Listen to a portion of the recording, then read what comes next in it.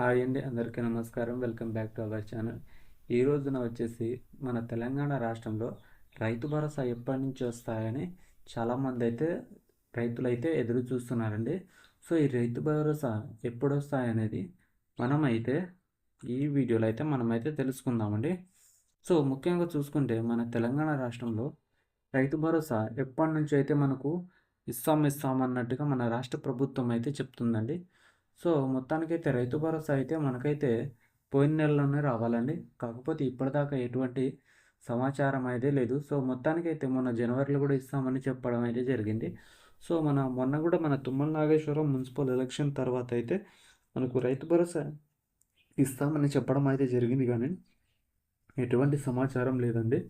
So మనకు ఈ రైతు భరోసా నిజంగానే వస్తాయనేది ప్రజలకైతే చాలా చాలా వరకు అయితే ప్రజలైతే మండిపడుతున్నారండి.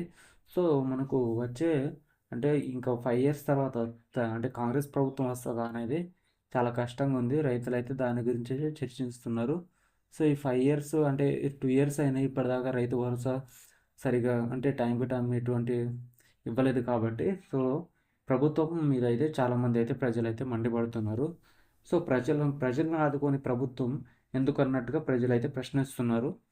సో చాలామంది అయితే అంటున్నారు రైతు భరోసా మాకు కొంతమందికి రావట్లేదని చెప్తున్నారు. సో ఇవైతే మనకు శాటిలైట్ ద్వారా కొన్ని సర్వేలు అయితే చేసి సో ఎవరికి రైతు భరోసా ఇవ్వాలి, సాగు చేస్తున్న భూమికి ఇవ్వాలా, అలాగే కొన్ని బీడు భూములకి ఇవ్వాలా అన్నట్టుగా కొన్ని చర్చలు జరుగుతున్నాయి. మొత్తానికైతే సాగు చేస్తున్న భూములకైతేనే రైతు భరోసా వస్తాయన్నట్టుగా చర్చిస్తున్నారు. సో బీడు భూములకి వాటికైతే అలాగే అపార్ట్మెంట్స్ దాంతోపాటు ఇవి మనకు వేరే వేరే భూములు ఉంటాయి కదా. సో వాటిని కూడా కొన్ని భూములను తీసేసి మనకు పంట అంటే పం పంట పండిస్తున్న భూములకు మాత్రమే ఇస్తామన్నట్టుగా చెప్పడం అయితే జరిగింది. సో మొత్తానికైతే మనకైతే 90 కోట్ల రూపాయలు అయితే రిలీజ్ చేస్తున్నట్లు మన ప్రభుత్వం అయితే చెప్పింది. సో ఈ మొత్తానికైతే రిలీజ్ చేస్తుందా లేదా అనేది రేపైతే మనకు తెలుస్తుందండి. సో మొత్తానికైతే రేపు క్యాబినెట్ మీటింగ్ ఉంది కదా. సో రైతు భరోసా అండ్ రైతు రుణమాఫీ, సో ఈ రెండింటి మధ్య చర్చ జరుగుతుంది. సో రేపు చర్చ జరిగిన తర్వాత మనకైతే day by day Rythu Bharosa అనేది ఒకేసారి పడటం అయితే జరుగుతుంది.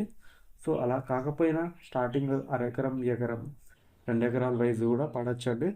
సో ఓకే ఫ్రెండ్స్, మన ఛానల్ మీకు నచ్చితే అయితే సబ్స్క్రైబ్ అయితే చేసుకోండి. Okay friends, thank you for watching. జై హింద్.